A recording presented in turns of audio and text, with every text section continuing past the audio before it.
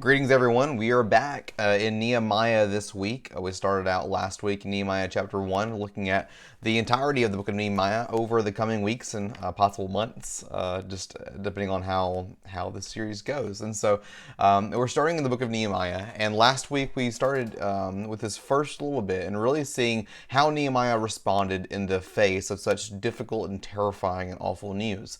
He had heard word that some of his brothers and sisters, fellow believers in God, returned back to Jerusalem, started the rebuilding efforts, and then all of a sudden it was torn back down again. And so he heard this news, he grieved, he accepted the reality as it was, but then he started to turn to God, and he turned to God through prayer and fasting, really gearing up for the journey ahead of him in going back himself and helping with the rebuilding efforts and getting the wall back around Jerusalem. So Nehemiah's story is going to get immensely more complicated and terrifying in the days ahead, but how he initially starts out is he responds by turning to God. And so we go into chapter 2 with this understanding that Nehemiah is a fervent and faithful believer in God, who trusts God, who follows him, who knows his scripture and prays diligently. And so this is the kind of man that we've come to know him as just in chapter 1. And so we go into chapter 2 and really start to see how this foundation is going to play a part in him following God, especially in these first few steps. Now, just a little bit of clarification before we dive into chapter 2. Between the last verse of chapter 1 and the first verse of chapter 2, there's about a 4-month gap. There's about a 4-month gap between what we see in chapter 1 and chapter 2. That's what the little timestamps in the first verses kind of show us. And so in this meantime, just know that Nehemiah has continued preparing for this conversation that he's going to have. And so we go into chapter 2 with this understanding that Nehemiah is about to take some pretty bold steps in his faith and following God. So let's see how this goes for him. Chapter 2, starting in verse 1. In the month of Nisan, in the 20th year of King Xerxes, when wine was before him, I took up the wine and gave it to the king. Now I had not been sad in his presence. And the king said to me, "Why is your face sad, seeing you are not sick? This is nothing but sadness of the heart." Then I was very much afraid. I said to the king, "Let the king live forever. Why should not my face be sad when the city, the place of my father's graves, lies in ruins, and its gates have been destroyed by fire?" Then the king said to me, "What are you requesting?" So I prayed to the God of heaven, and I said to the king, "If it pleases the king, if your servant has found favor in your sight, that you send me to Judah, to the city of my father's graves, to Jerusalem, that I may rebuild it." And the king said to me, and the queen was sitting beside him, "How long will you be gone, and when will you return?" So it pleased the king to send me when I had given him a time. And I said to the king, "If it pleases the king, let letters be given to me for the governors of the province beyond the river, that they may let me pass through until I come to Judah.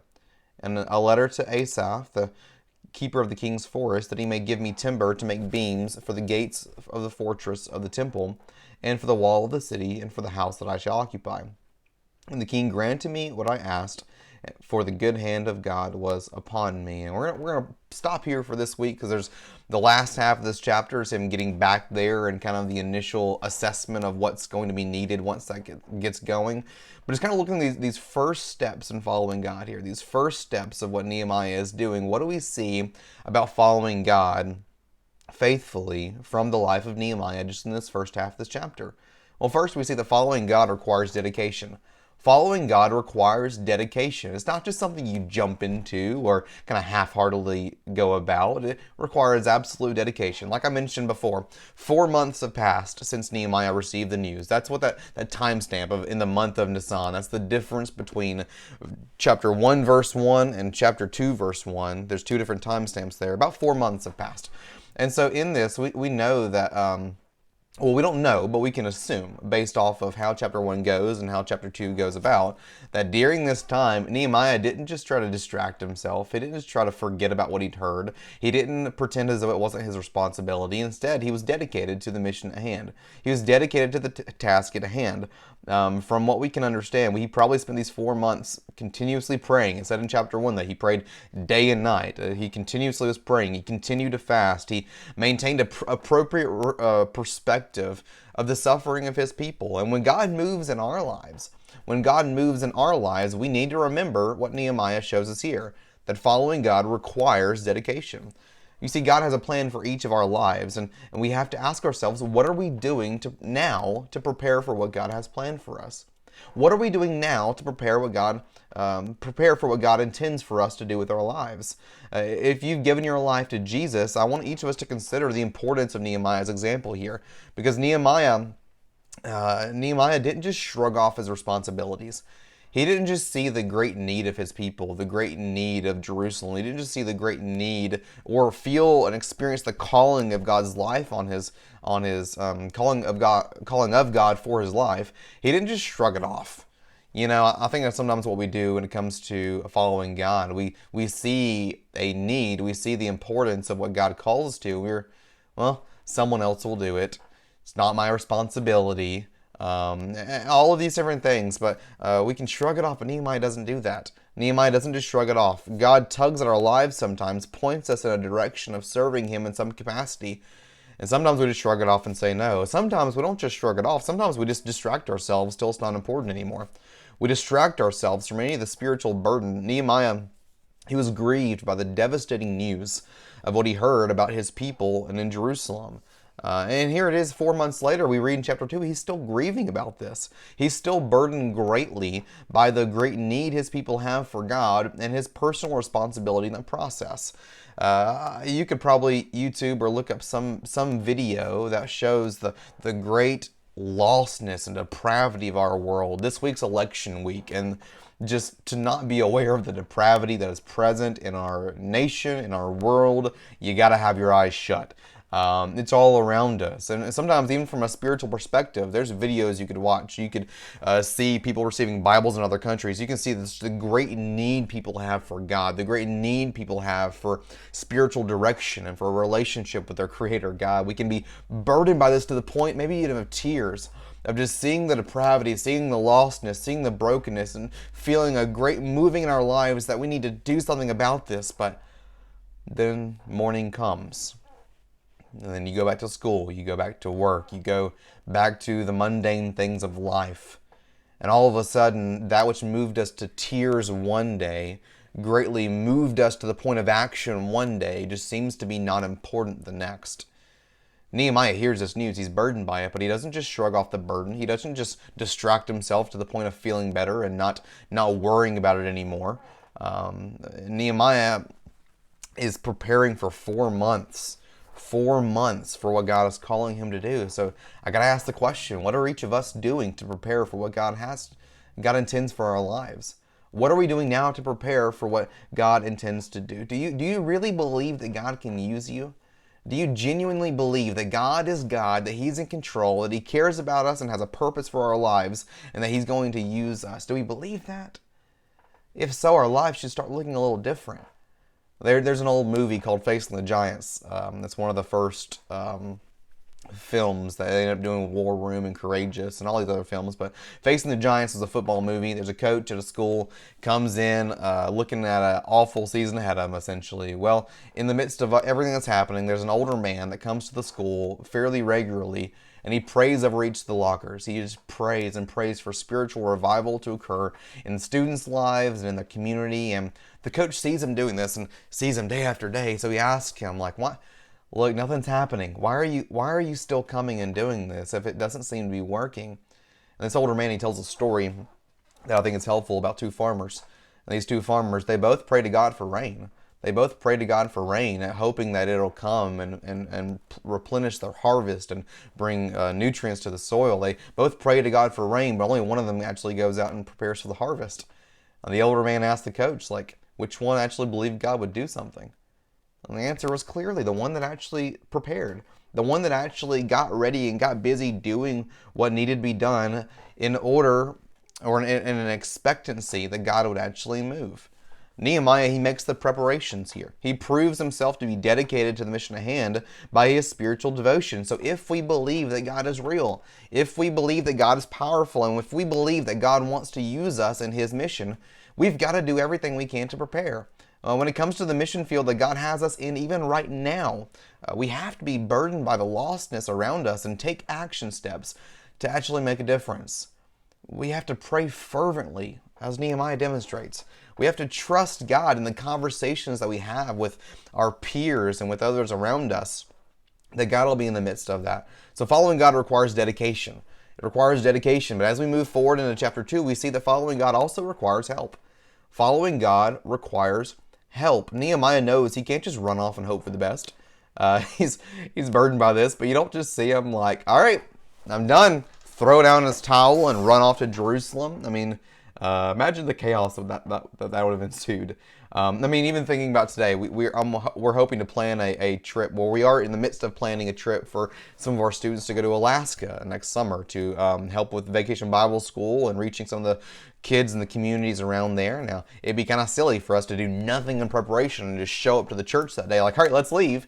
No, we don't have transportation like to the airport. We don't have plane tickets. We don't have our luggage ready. We can't afford it because we haven't raised money or anything. We haven't done anything spiritually to prepare, and so we're just going at it with our own efforts and not really trusting God. All of that just makes no sense. You don't just run into something without help, without any assistance, without any planning. Nehemiah, he knows he can't just run off and hope for the best. He needs support. He needs help, and that will later be a theme that'll help Nehemiah so much in the rebuilding efforts of the wall, this cooperation and help. But now Nehemiah goes before the king. Nehemiah goes before the king, and in that day, the king had absolute power. The king could do whatever he wanted, absolutely whatever he wanted, as demonstrated by so many other stories that we could get into. But the king could do whatever he wanted. He had absolute power in his own kingdom. Now, Nehemiah, though he was a trusted advisor, still couldn't go in there and just demand things of the king. He couldn't just go in there and start acting sketchy and start acting weird. Otherwise, the king would just chop his head off. I mean, there's just so many ways this conversation could have gone badly. So Nehemiah goes into this conversation with the king, and though he had a relationship with him a little bit, it was still a terrifying and horrifying concept to go before this king and make a request. After all, it took 4 months of prayer and spiritually getting himself psyched up for this conversation before he actually went into it. And as he starts being around the king looks at Nehemiah and he notices something's off about him. Notices that something's off. And what he sees is that Nehemiah is still grieved. He actually points out, saying, Nehemiah, you've never been sad around me before. What's wrong, buddy? Like, what's going on, man? Like, what's up in your life? Nehemiah, he was grieved, he was sorrowful, depressed about the destruction of his people in Jerusalem. But imagine just a little bit how sketchy this seems. Like, for the king, this is kind of like around some of the similar times where they'd have like people eat their food just in case someone would have poisoned the king. They're a little bit paranoid about people being around them that start acting different than they normally are. I mean, imagine just being in a crowd of people and you see someone reach into a trench coat for something. I mean, your nerves automatically start getting like on edge. You start getting, and so for a king that has absolute power and he's kind of a big deal, this is kind of a worrisome moment here. And it even says here, Nehemiah goes to great lengths just to make the note. Nehemiah, he's likely the writer. He just records here, then I was very much afraid. Well, the king just called me out that I'm acting a little different. The king just called me out that he looks... So not only am I going into a horrifying and terrifying conversation, I'm going into it now with the king thinking I'm a little off. So this is just a very tense situation here. And so he affirms his first statement. Long live the king. Like, look, I'm on your side. I'm not here to do anything weird. This is all things are not well, though. And he gives a reasonable reason for some of his distress. He says, why should my face not be sad when the city, the place of my father's graves, lies in ruins, and its gates have been destroyed by fire? King Xerxes has heard the same reports. He's heard back from his advisors and some of his sources that things have gone poorly in Jerusalem. He's known Nehemiah long enough to where he knows that that's Nehemiah's homeland. And so in all of this, the king, he knows that something's off about Nehemiah. Nehemiah gives him a reason for it. Something about the way he just responds, though, makes the king think, well, something's needed here. Nehemiah needs to do something. And so he asks, what are you requesting? What are you requesting? Nehemiah, finally, all the pressure's on him, all of the spotlight's on him. Now, this is his moment to ask for the help that he desperately needs. This is the key turning moment for everything that's about to happen, whether he goes on, whether he doesn't, whether he has, or at least the conditions concerning him going forward. And so this is the moment. And what does Nehemiah do? It says he prays. He prays. Now, when I read that, I don't think it's saying that Nehemiah was like, "Hold up, King, let me go off here and pray." Like, no, this is a in the moment prayer between him and God. So often we get to such a weird rut with our prayers, thinking that there has to be a certain posture, there has to be a certain something, certain conditions. But there's an attitude of prayer that we should have daily in every aspect of our life that's just so necessary and important. Nehemiah, in this moment, is praying to God and also talking to the king. Whether you think you can multitask like that or not, it's a helpful spiritual point for us. Nehemiah goes through great lengths to show us that following God can lead to difficult conversations. Following God can lead to difficult conversations. And even in this conversation, he's showing us that he's grieved, terrified, and constantly praying. Nehemiah is not some super Christian that has this close relationship with God that no one else can attain. No, this is a difficult moment for him. And he knows he can't do it alone. And so he asks for help from God through prayer. Then he asks for help from the king. He asks here in this passage, he asks for permission to leave, permission to go back and rebuild. He asks for support diplomatically. Like, look, I need a letter to show these other people, these other leaders, that I'm allowed there and that I'm there under your authority and your blessing. I'm asking for help diplomatically. I'm asking with help for resources. I need another letter to help getting some lumber from the royal forest that I can rebuild parts of the walls and rebuild parts of the foundation, make myself even a house. And so he's asking for, it's a pretty big ask. He's asking for a lot of help from the king. But Nehemiah knows he can't do this on his own. He knows he can't just roll into the king's forest with an axe and just start chopping trees down. Not only that, he can't move them by himself. He can't shape. He just can't do this by himself. It's an honest and necessary point for us to understand that following God is not something we're called to do by ourselves, nor is it something we should ever attempt to do by ourselves. That's why we have the local church as a local gathering of baptized believers that believe the same, that are called the same, and we support each other, whether it be financially or through prayer or through encouragement. We support each other in this. And so each of us have a calling on our lives. And we as a church, we try to give opportunities to fulfill that calling. Like I said, this upcoming year, there's hopefully an opportunity for some of our older students to go to Alaska to serve on mission there for a little over a week, so that they may help lead some of those children in the area to Christ, help support the churches there, help support the ministry there. And so there's an opportunity for us to be on mission there. The year after that, there'll be a bigger opportunity for us to serve somewhere else locally through an opportunity of something like World Changers or some other mission opportunity. Beyond mission opportunities like that I hope and pray that every student will make some effort to be a part of at least one of those before they graduate. But beyond those short-term mission opportunities, think of our daily lives. Think of our daily lives. And I want each of us to really seriously consider how God can use us in our schools, in our homes, in our workplaces, on your teams, in your future careers and in relationships. There are ways that God is calling us and things that God's calling us to do that we have to start being aware of. So this question I want us to consider: what will need to be accomplished? There we go. Couldn't read the question right. What will be needed to accomplish what God calls you to do? What's going to be needed? What's going to be needed for you to accomplish what God's calling you to do? Who has God placed in your life to help you accomplish it? If you'll need to raise money, what skills do you have to start raising support now? What relationships have you built with believers that will encourage and support you? What supplies might you need? Where will they come from? What knowledge will you need? How can you study and prepare right now? A few years back, we had a gentleman from our church, Bill Stacy, who was called to serve as a missionary in Brazil. Well, he couldn't just pop down to Brazil and hope for the best. No, he had to start learning Portuguese. He had to start raising support from churches. He had to start raising so many different things so that he could prepare for it and also be successful in that, because he couldn't just do it on his own.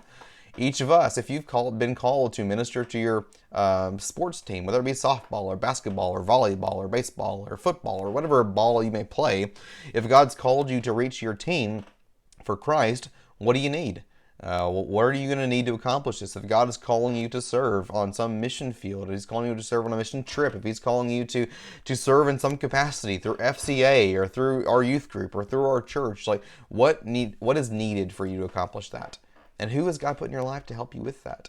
What relationships may you need to build and develop and foster? What knowledge may you need to study and gain?